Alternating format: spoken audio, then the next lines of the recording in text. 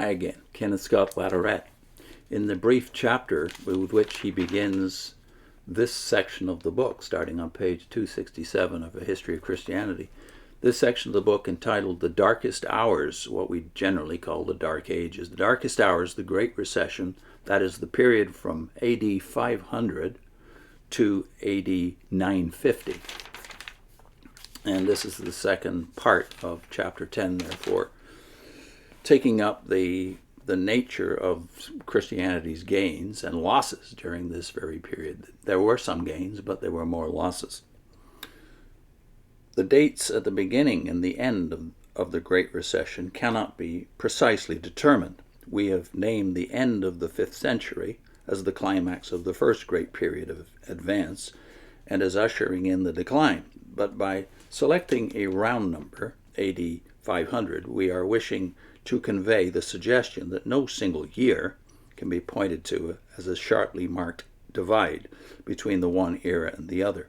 The conquest of the Roman Empire by the northern invaders is sometimes said to have begun in 378, for in that year the Goths defeated the legions and slew the Emperor Valens in the Battle of Adrianople, not far from Constantinople, the capital which Constantine had created only a few decades earlier. The capture and sack of Rome in 410 was even more spectacular. However, Rome as a city was not seriously damaged and soon recovered.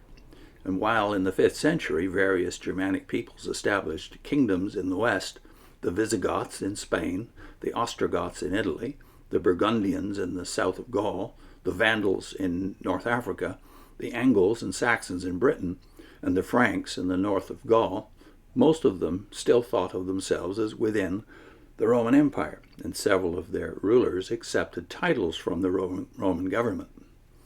Not far from the year 500 came various events which may be regarded as marking both the peak of the triumphal course of Christianity in the Roman Empire and the beginning of the decline and of a new age. In the year 476, Romulus Augustulus, I think that's right, Romulus Augustulus, commonly viewed as the last of the emperors in the West, was deposed by the Herulian Odovacar, that is Odoacer. And while the event was not regarded as of outstanding importance by contemporaries, and the empire continued, the center was now indisputably in Constantinople, and the date has been traditionally given as marking the end of the Western Empire. In 496, Clovis, king of the Franks, was baptized, both a landmark in the conversion of the Germanic invaders and an indication that a new era had begun, in which not the Roman Empire, but Germanic rulers were to become champions of the faith in the West. One era was passing and another was beginning. In the year 529, the Emperor Justinian I closed the ancient schools at Athens in which philosophy had been taught, an act symbolic of the triumph of Christianity in the very citadel of the non-Christian philosophies which had once been dominant in the Roman Empire. Not far from that same Benedict of Nursia and a small Not far from that same year, Benedict of Nursia and a small band of his followers established themselves on Mount Cassino, the center from which was to spread the rule for which centuries was to shape the monastic life of the West. The decline of Christianity was not rapid nor without spurts of revival. In the 2nd and 3rd quarters of the 6th century, as we are to see, the generals of Justinian I renewed Roman administration in much of the West and in North Africa, and Justinian himself, as an earnest Christian, added to the prestige of the Church in the East. In that century, Christianity spread up the Nile into what is now called Sudan. It was also carried eastward, and early in the 7th century was planted in China.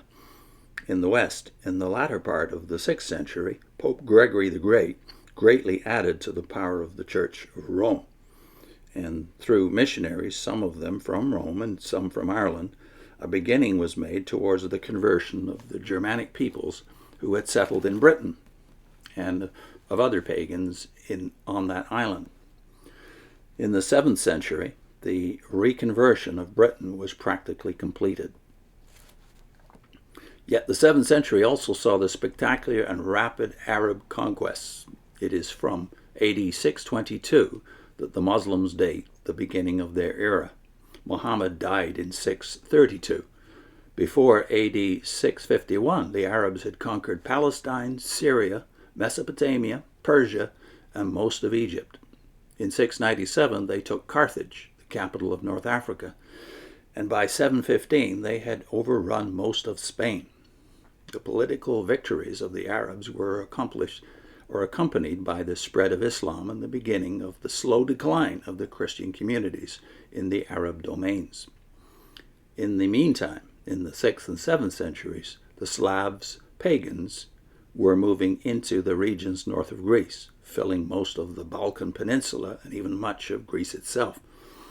And the pagan Avars affected settlements in the Balkans and raided Greece. In consequence, substantial portions of these areas were being de-Christianized. In 680, the Bulgars, an Asiatic folk, moved south across the Danube and established a non-Christian state at the expense of the eastern remnants of the Christian Roman Empire. Never again was Christianity to lose so large a proportion of the territory in which it was the dominant religion. The 8th century witnessed a marked revival of the faith and an improvement in the morale of the church in the West under the Carolingians, rulers of the Franks, and the conversion of much of Germany. Yet the 9th and 10th centuries saw new waves of invasions of the West by pagans. The Carolingian Empire broke up and could offer them but feeble resistance. The Scandinavians ravaged the shores of most of Europe and established themselves in much of Britain and in part of France, Normandy, to which they gave their name, and in the western portion of the later Russia. Wherever they went, they plundered churches and monasteries. They dealt mortal blows to the flourishing monasteries of Ireland, in which had been centered the Christianity of that island. Late in the 9th century, the pagan Magyars made themselves masters of Hungary, to the detriment of whatever churches were found in that region. The decline of the Carolingians and the renewed invasions were followed by decay in the quality of the life of the church in the West.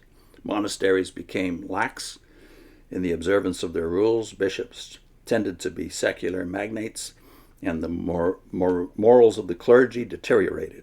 In the middle of the 10th century, the papacy, deprived of the support of the Carolingians, became the victim of local factions in Rome and reached an all-time nadir. A lot more to come in this chapter on the Great Recession. I put in a link to Walter Rauschenbusch's discussion of the mixed blessing of medieval Christianity. Great good side by side with great compromise. And also I'll put in a link to the Walter Rauschenbusch playlist for Christianity and the Social Crisis, which playlist is now complete. See you soon.